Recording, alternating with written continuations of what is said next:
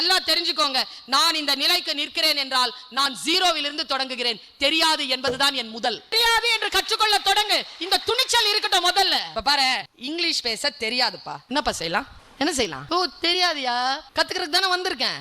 Japan மொழி கூட தான் தெரியாது, குதிரை ஓட்ட தெரியாது, பெரிய ஹெவி வெஹிக்கிள்லாம் ஓட்ட தெரியாது. தெரியாது என்பது அல்ல அவமானம். வராதுன்னு மட்டும் சொல்லிராத. கத்து கொடுத்தா கத்துக்கிட்டு வந்துரும். கஞ்சி குடிப்பதற்கு இல்லாதவன் காரணம் இன்னதென்று அறியும் திறனிலார். காரணம் தெரிந்து விட்டால் கல்வி கையில் வந்து. இதற்காக தான் எனக்கு இது தெரியல. இதை கிளியர் பண்ணிட்டோம்னா இது எனக்கு தெரிஞ்சிடும், முடிஞ்சு போச்சு. எனக்கு ஏன் புரியலன்னு எனக்கு தெரியல, புரிஞ்சுக்கிட்டேன்னா வந்துரும். கணக்கு எனக்கு வரல, ஏன் வரலன்னு தெரியல, தெரிஞ்சுக்கிட்டா கணக்கு வந்துரும். இங்கிலீஷ் பேச வரல, ஏன் வரலன்னு தெரியல, தெரிஞ்சா இங்கிலீஷ் வந்துரும். அந்த ப்ராசஸ்க்குள்ள போ. உன்னை நீயே முழுக்க குடு, ஒப்படை. நான் சொன்னேன்ல, ஒரு பிரசவத்திற்கு தாய் தன்னை ஒப்படைப்பது போல் கல்விக்கு உன்னை முழுமையாக ஒப்படை. இந்த 3 மாசம் பாத்துக்கலாம். உன்னை தோற்கடிக்கவே முடியாது. எல்லாரும் என்கிட்ட சொல்வாங்க, பெட்டர் லக் நெக்ஸ்ட் டைம். நான் தோற்கின்றவர்களை மன்னிப்பதே இல்லை. எதுக்கு தோத்த யோசி.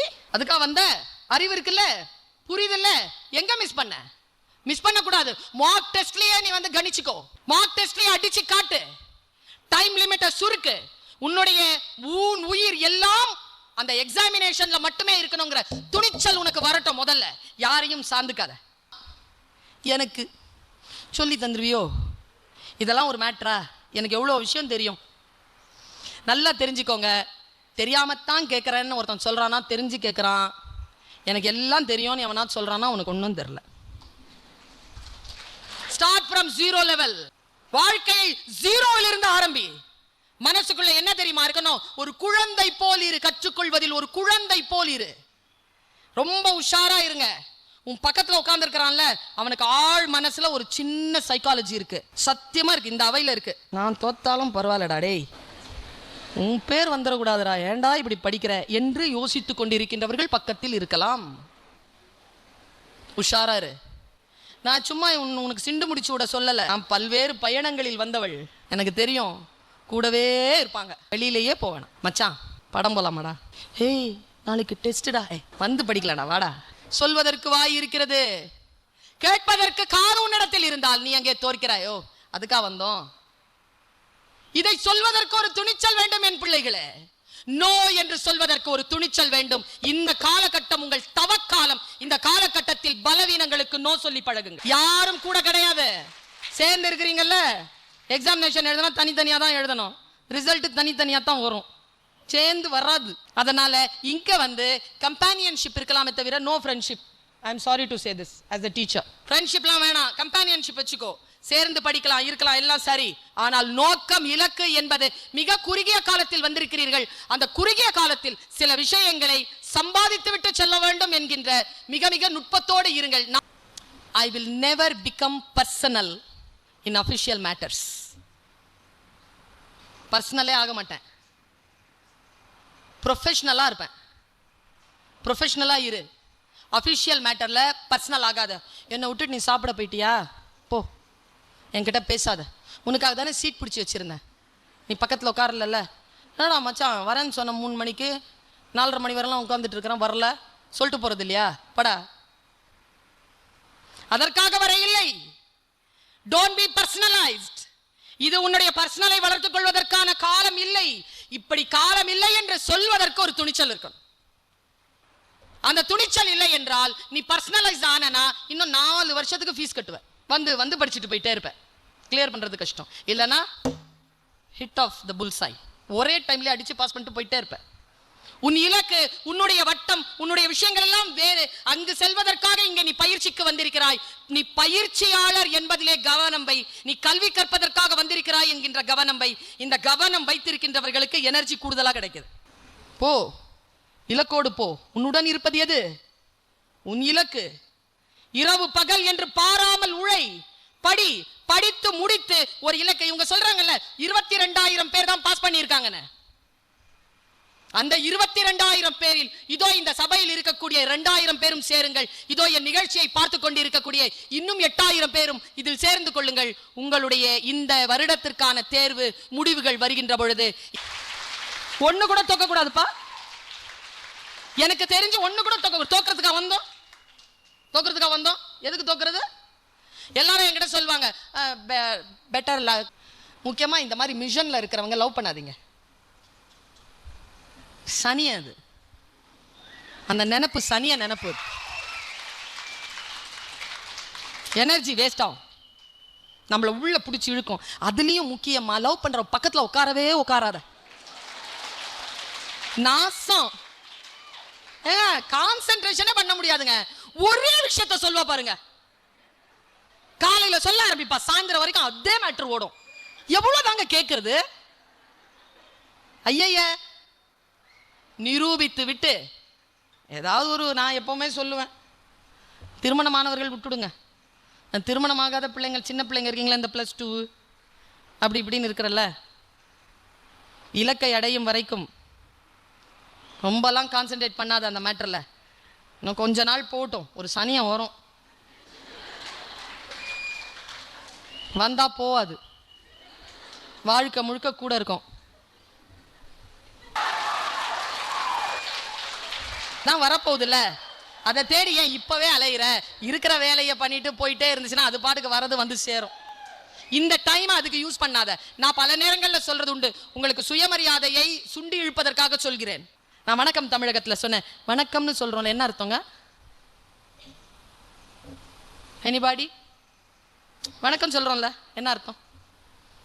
சொல்லு, என்ன தெரியுதோ சொல்லு, கத்துக் கொடுக்க தானே வந்திருக்கு. நன்றி, மரியாதை, மதிக்கிறேன், மரியாதை இல்ல பாப்பா. வணக்கம் என்ன அர்த்தம் தெரியுமா? கற்றுக்கொள்கிறேன், ஐ லேர்ன் ஃப்ரம் யூ. இதுக்குதான் இது. குழந்தை கிட்ட கூட வணக்கம் சொல்லலாம், அது கிட்ட கூட கற்றுக்கொள்வதற்கு எவ்வளவோ இருக்கு. கற்றுக்கொள்வதற்கு பெயர் தான் வணக்கம். தமிழர்கள் இதை புரிந்து கொள்ள வேண்டும். நான் தமிழ்த்தாய் வாழ்த்தெல்லாம் நீங்க சொன்னீங்கன்னா நான் எங்கேயோ இருப்பேன். ஏன்னா எனக்கு அர்த்தம் புரியும். உங்களுக்கு தமிழ்த்தாய் வாழ்த்து அர்த்தம் புரியுமா? நீராறும் கடல் உடுத்த நிலமடந்த கெழிலொழுகும் சீராறும் வதனம் என திகழ் பரத கண்டம் இதில். எத்தனை வருஷமா பாடுற? அர்த்தம் தெரியுமா? என்னைக்கா தெரிஞ்சுக்கணும்னு ஆசைப்பட்டிருக்கியா? நீலாம் அதிகாரியாய் எது நடந்தாலும் புரியணும் குழந்தைகளை. புரிந்து கொண்டு வாங்க, எங்களை ஆட்சி செய்ய வாருங்கள் என் குழந்தைகளை, வாங்க. இந்த அதிகாரத்தை கையில் எடுப்பதற்காக அதிகாரிகளாக வாருங்கள். புரிந்து கொள்ளுங்கள், சொல்லை புரிந்து கொள்ளுங்கள், சூழலை புரிந்து கொள்ளுங்கள், அரசியலை புரிந்து கொள்ளுங்கள், அறிவியலை புரிந்து கொள்ளுங்கள், மொழியை புரிந்து கொள்ளுங்கள். நீர் நிறைந்த கடலை ஆடையாக உடுத்தி இருக்கிறாள் நிலப்பெண். நீர் ஆறும் கடல் உடுத்த நிலமடந்தை. சீராறும் வதனம் என திகழ்வது பரத கண்டம். புரிதல்? அதே தானே பாடுறோம். நீராறும் கடலுடுத்த நிலமடந்தை கெழிலொழுகும் சீராறும் வதனம் என திகழ் பரத கண்டமதில். தெக்கணமும் அதில் சிறந்த திராவிட நல் திருநாடும் தக்க சிறு பிறை நுதலும் தரித்தனரும் திலகமுமே. அத்திலக வாசனை போல் அனைத்துலகும் இன்பமுற எத்திசையும் புகழ் மணக்க இருந்த பெரும் தமிழனங்கே நீ வாழ்க.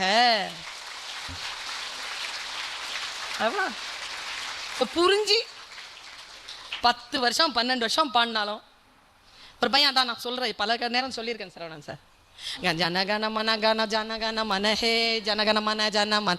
தப்பா பாடுறான். ஏய் தப்பா பாடுற அப்படின்னா விட்டுருங்க மிஸ், மார்ச் மாசத்தோட ஸ்கூலை விட்டு நின்றுடுவேன். தெரில, தேசிய கீதமே தெரிந்திருக்க வேண்டும் வேறு மொழி என்றாலும் தாய் தமிழ் வாழ்த்து நமக்கு தெரிந்திருக்கணுமா வேண்டாம்? பல கேள்விகள் உண்டு எனக்கு இந்த உலகத்தில். எல்லா வீடுகளிலும், இந்த உலகம் முழுக்க சுற்றுப்பயணம் செய்கிறேன், எல்லா வீடுகளிலும் குழந்தைகள் தான் பிறக்கிறார்கள். இந்திய திருநாட்டில் தான் அவர்கள் ஆண்களாகவும் பெண்களாகவும் பிறக்கிறார்கள். பல கேள்விகள் உண்டு எனக்கு. இந்த துணிச்சல் உண்டு, கேட்கும் துணிச்சல் உண்டு எனக்கு. மரபு மாற்றங்களை பற்றிய பல சிந்தனைகள் எனக்கு உண்டு. பல கேள்விகளை நான் கேட்ட வண்ணம் இருக்கிறேன். இந்த பார், கிராஸ் ஹாப்பர்னு ஒரு கிராஸ் ஹாப்பர். கிராஸ் ஹாப்பர்னா வெட்டுக்கிளி. அது என்ன பண்ணுச்சா? நான் தான் அது. சரி, நீங்க தான் வச்சுக்கோங்களேன், நீங்க எல்லாரும் வெட்டுக்கிளி தான். கையில ஒரு கிட்டார் வச்சுக்கிட்டு எப்ப பார்த்தாலும் வாசிச்சுக்கிட்டே இருக்கும். சரியா சொல்றேனப்பா? இங்க யாருக்கும் தெரியும் நீங்க இந்த கதை, கிராஸ் ஹாப்பர் கதை.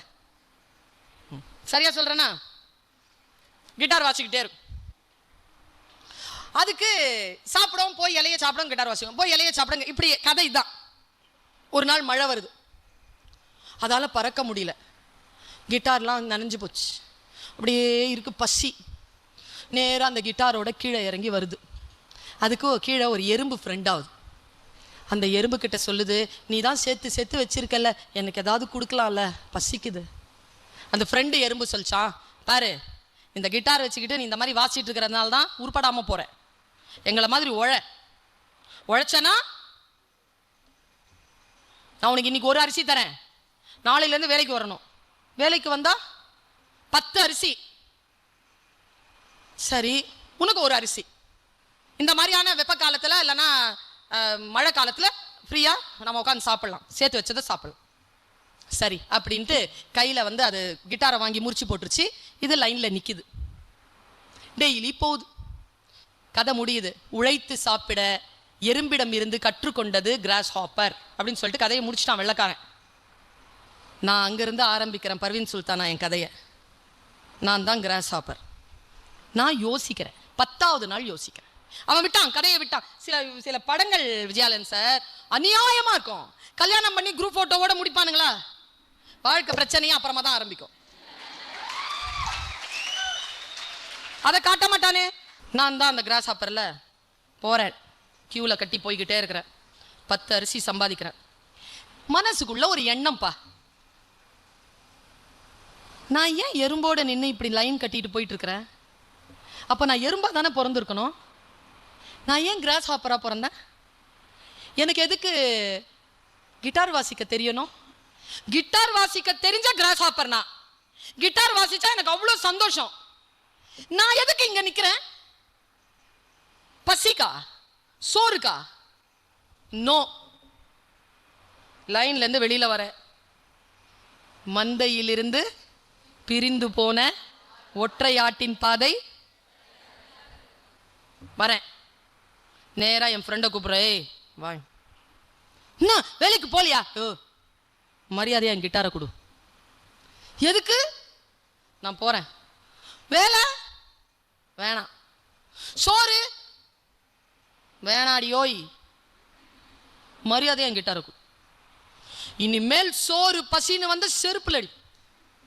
வந்தாதானே? வரமாட்டேன், சாவனை தவிர வரமாட்டேன். குடு. கிட்டார் வாங்கிட்டு மேலே போய் உக்காந்துட்டேன். வாசிக்கிறேன். ஆன்மாவுக்கு அவ்வளோ சந்தோஷமா இருக்கு. அந்த சோறு சாப்பிட்டதை விட இது ரொம்ப சந்தோஷமா இருக்கு. புரிஞ்சுக்கிட்டேன். வாசிக்கிறேன், பசிக்குது, போய் சாப்பிட்றேன். வாசிக்கிட்டே கீழே பார்க்குறேன், நிறைய எறும்பு போய்கிட்டே இருக்கு. எறும்பை பார்க்குறேன். நேற்றெல்லாம் இங்கே தான் உழைச்சிட்டு இருந்தேன். வாசிக்கிறேன். ஆன்மாவுக்கு அவ்வளோ சந்தோஷமா இருக்கு. அந்த சோறு சாப்பிட்டதை விட இது ரொம்ப சந்தோஷமா இருக்கு. புரிஞ்சுக்கிட்டேன். வாசிக்கிறேன், பசிக்குது, போய் சாப்பிட்றேன். வாசிக்கிட்டே கீழே பார்க்குறேன், நிறைய எறும்பு போய்கிட்டே இருக்கு. எறும்பை பார்க்குறேன். நேற்றெல்லாம் இங்கே தான் உழைச்சிட்டு இருந்தேன்ல, சா என்னடா வாழ்க்கை, 10 நாள் நாசமான வாழ்க்கையை வாழ்ந்துருக்குறோம் நாமளும். பார்த்துக்கிட்டே இருக்கும்போது நிறுத்திட்டேன். எறும்பு ஸ்லோவாக போகுது. என்னாச்சு, ஏன் இது ஸ்லோவாக போகுது தெரில அப்படின்ட்டு வாசிக்கிட்டே பார்க்குறேன். கீழே ஃபாஸ்ட்டாக போகுது. ஏதோ கண்டுபிடித்து விட்டேன். ஃபாஸ்ட்டாக வாசிக்கிறேன், ஃபாஸ்ட்டாக போகுது. வாசிக்கிறத நிறுத்துறேன், ஸ்லோவாக போகுது. நேராக கீழே இறங்கி வரேன்.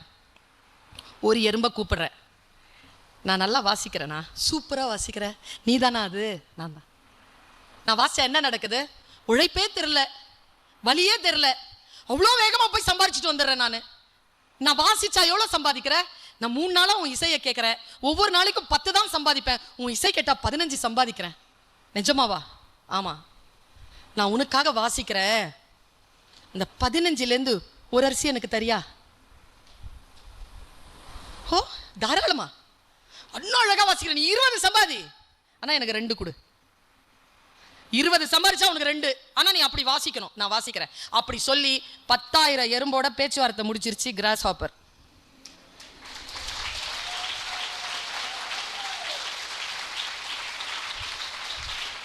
தன் இயல்புப்படி இருக்கக்கூடிய எறும்பு 10 அரிசி சம்பாதிக்க தான் விரும்பியதை செய்த கிராஸ் ஹாப்பர் 2000 ஒரு நாளைக்கு சம்பாதித்தது என்று சொன்னால் யோசித்து பாருங்கள் என் குழந்தைகளே. விருப்பமானதை செய்யுங்கள். எதை செய்தாலும் இஷ்டத்தோடு செய்யுங்க, விருப்பத்தோடு செய்யுங்க. விருப்பத்தோடு செய்தால்தான் வாழ்க்கையில் பல விஷயங்களை சாதிக்க முடியும். நான் 2000 சொன்னேன், ஆக்சுவலா 20,000 அது. நான் பேசினால் என் குழந்தைகளே உங்களை போன்றவர்களை உற்சாகப்படுத்த முடியும், அது என் பலம். என்னை போன்றவர்கள் பேசினால் தான் நீங்கள் உற்சாகப்படுவீர்கள் என்றால் அது உங்கள் பலவீனம். யார் பேசினாலும் யார் பேசாவிட்டாலும் என் இலக்கை நான் அடைவேன் என்று நீங்கள் சொல்ல வேண்டும். எனக்கு வேலையே இல்லாமல் போனாலும் பரவாயில்லை, நீங்கள் வாழ்க்கையில் உயர வேண்டும் என்பதற்காகத்தான் என் பயணம் தொடர்ந்து கொண்டிருக்கிறது. விருப்பமானதை செய்யுங்க. எதை செய்தாலும் சொன்னாங்க, இந்த 3 மாசம் மட்டும் கஷ்டப்பட்டுடு. எதுக்கு? அப்புறமா ஒரு 25-30 வருஷம் ஜாலியா இருக்கலாம். 25 வருஷம் 30 வருஷம் ஜாலியா இருக்க போறேன், அதுக்கு ஏன் கஷ்டப்பட்டு படிக்கணும்? இஷ்டப்பட்டு படிச்சுட்டு போறேன். இஷ்டப்படுறேன். இந்த வாய்ப்பு தானே என்னை அடுத்த லெவலுக்கு உயர்த்தது. சாவு என்னைக்கு சாவுன்னு தெரியாது, அதை வச்சாம்பார் முதலீடா. அதானங்க எல்ஐசி, அதான பாலிசி. நீ எப்போ செத்து போவேன்னு உனக்கு தெரியாது, நீ அப்படி செத்து போயிட்டானா உன் பிள்ளைங்களை எல்லாம் யார் காப்பாத்துவான்னு சொல்லிட்டு சாவை வச்சாம் பாருங்க அவன் முதலீடா. ஒண்ணுமே விற்கிறது இல்லைங்க, லட்சமா பணம் வாங்கிக்கிறான், ஒரே ஒரு பேப்பர் மட்டும் கொடுக்குறான். ஆச்சரியப்பட்டு பாக்குறேன் நான். என்ன கேட்டா இந்த கிரௌட்ல இருக்கக்கூடிய குழந்தைகளை ஜெயிக்கிற புக்கு இன்னும் இந்த உலகத்துல பிறக்கவே இல்லை. பயமுறுத்தவங்க, அது நான் உண்மையா சொல்றேன் பாருங்களேன். இந்த அச்சம் தாங்க, தேவையற்ற ஒரு அச்சம் இருக்குல்ல. ஏதாவது பாருங்க எப்படி எவ்வளோ இவ்வளவுமா, ஆனா 3 மாசத்துலயா? நான் ஒரு சத்தியமா சொல்றேங்க, ஒரு விஷயம் என்னன்னே தெரியாதுங்க எனக்கு. ரொம்ப ரகசியத்தை சொல்லவா? எல்ஐசின்னு ஒரு நிறுவனம் இருக்குல்ல, அந்த நிறுவனம் எப்படி ஜெயிச்சது தெரியுமா? அதனுடைய முதலீடு எது தெரியுமா? சாவுங்க. இந்த ஃபர்ஸ்ட் மார்க் வாங்குறவளை பார்த்திருக்கியா? ஒண்ணுமே படிக்கலப்பான்னு சொல்லும், பார்த்திருக்கியா? அது ஒண்ணுமே படிக்கல. அது நான் நம்பி இருக்கேன்ப்பா, ஒண்ணுமே படிக்காத இதுவே ஃபர்ஸ்ட் மார்க் வாங்குது. நம்ம உண்மையிலேயே ஒண்ணுமே படிக்கலையே, நம்ம பட்டோலி வீசி பறக்க போறோம்னு சொல்லிட்டு ஃபெயில் ஆகிருக்கிறேன் நான். Stay alert my dear children, stay alert.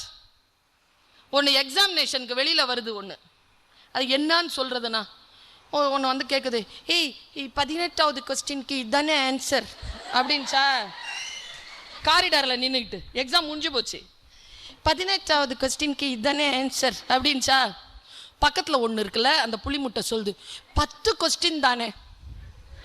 அந்த சனியை திருப்பியே பார்க்கல கொஸ்டின் பேப்பரை, 10 கொஸ்டின் தானேங்குது, 11வது கொஸ்டின் பின்னால இருக்குது. தேவையில்லாத துணிச்சலை குறித்து நான் பேச இல்லை. உள்ளுக்குள் ஆழமாக நிறை குடமாக இருக்கின்றவர்கள் ஒரு அமைதியா இருப்பாங்க. ஆழமான ஆறு அமைதியா ஓடும், பார்த்திருக்கியா? கொப்பும் கொலையுமா ஓடுற ஆடு, ஆறுக்கு கீழே ஃபுல்லா பாறை இருக்குன்னு அர்த்தம். பாறையே இல்லைன்னு வச்சுக்க, சைலண்டா ஓடும். கிராண்ட் கேனியன் போயிருந்தேன் நான், கலிபோர்னியால போன மாசம். 25,000 அடி ஆழம், சைலண்டா ஓடு, சைலண்டா இருப்பாங்க. அவங்களுடைய வெற்றி என்பது உன்னால் கணிக்கவே முடியாது. ஏனென்றால் அவ்வளவு ஆழமாக அவர்கள் தன்னுடைய வாழ்க்கையிலே மிகுந்த அனுபவங்களையும் வாசிப்பு திறனையும் பெற்றிருப்பார்கள். மொழியை கையில் வைத்துக் கொள்ளுங்கள், எது சொன்னாலும் புரியணும். அதனால்தான் மொழி வல்லுநர்களை கூப்பிட்டு பேச வைக்கிறார்கள். ஜோக்கும் கவிதையும் புரிஞ்சாதான் கைத்தட்ட முடியும். கவிதை புரியலன்னு வச்சுக்கேன் அப்புறம் அப்படின்றுவ, ஜோக்கு புரியலன்னு வச்சுக்கோயேன் அது சோகமான ஒரு சூழலாயிடும். சொல்றவனுக்கு அவன் ரொம்ப கண்ணீர் வடிச்சுட்டு உட்காந்துருப்பான், என்னடா இது இந்த ஜோக்குக்கு சிரிக்கலையே அப்படின்னு. கவிதைனா அப்படி புரியணும்.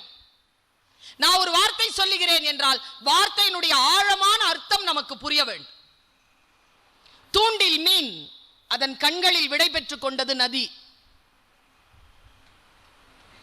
அவங்க தான் கை தட்டுறாங்க, இன்னும் கைத்தட்டல் வரல. ஏன் தெரியுமா? புரியல. You are not ready. இப்படிதான் வரும் கொஸ்டின் பேப்பர்.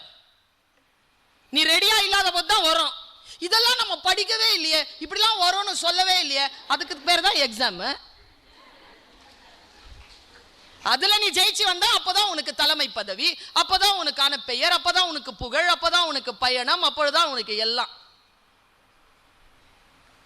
தூண்டில் மீன், தூண்டில மாட்டிச்சு மீன், அதன் கண்களில் தூண்டிலை போட்டவன் பார்க்கிறான், நதி விடை பெற்று கொண்டு பின்னால போயிட்டே இருக்கு. இவன் அந்த மீனை எடுத்துக்கிட்டு இப்படி வந்துகிட்டே இருக்கான். இந்த காட்சியை எழுதுறாங்க ஒருத்தன். என்ன காட்சி இல்ல, இன்னொன்னு படிச்சு அசந்து போனேன் நான். இன்னொரு கவிதை படித்து அசந்து போனேன். மழையின் பின்னிரவில் காட்சிப்படுத்த, மழையின் பின்னிரவில் ஜன்னல் கம்பிகளில் சிறிது ஓடி ஒத்திகை பார்க்கிறது ஒரு துளி நதி.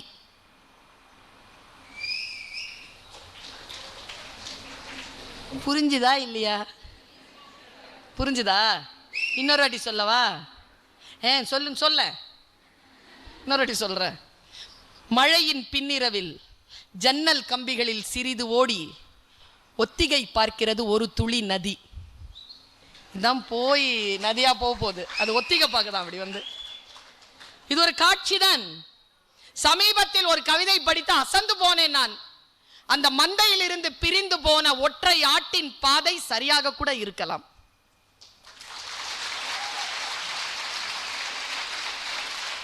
என்ன வசீகரித்த ஒரு கவிதை இது.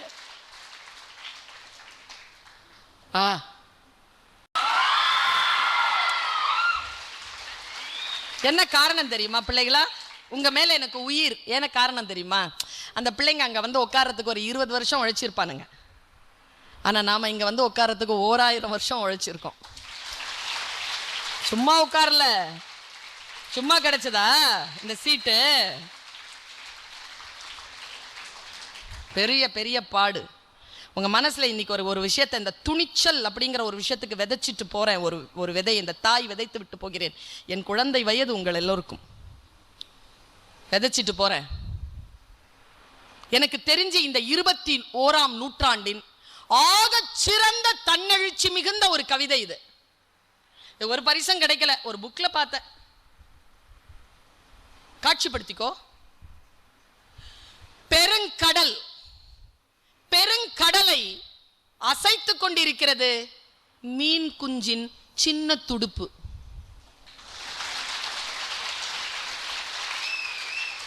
என்ன தெரியுமா என் மனசுல பிடிச்சது? உனக்கு காட்சிக்கு தான் கை தட்டின. இப்ப நான் கருத்துக்கு சொல்றேன்.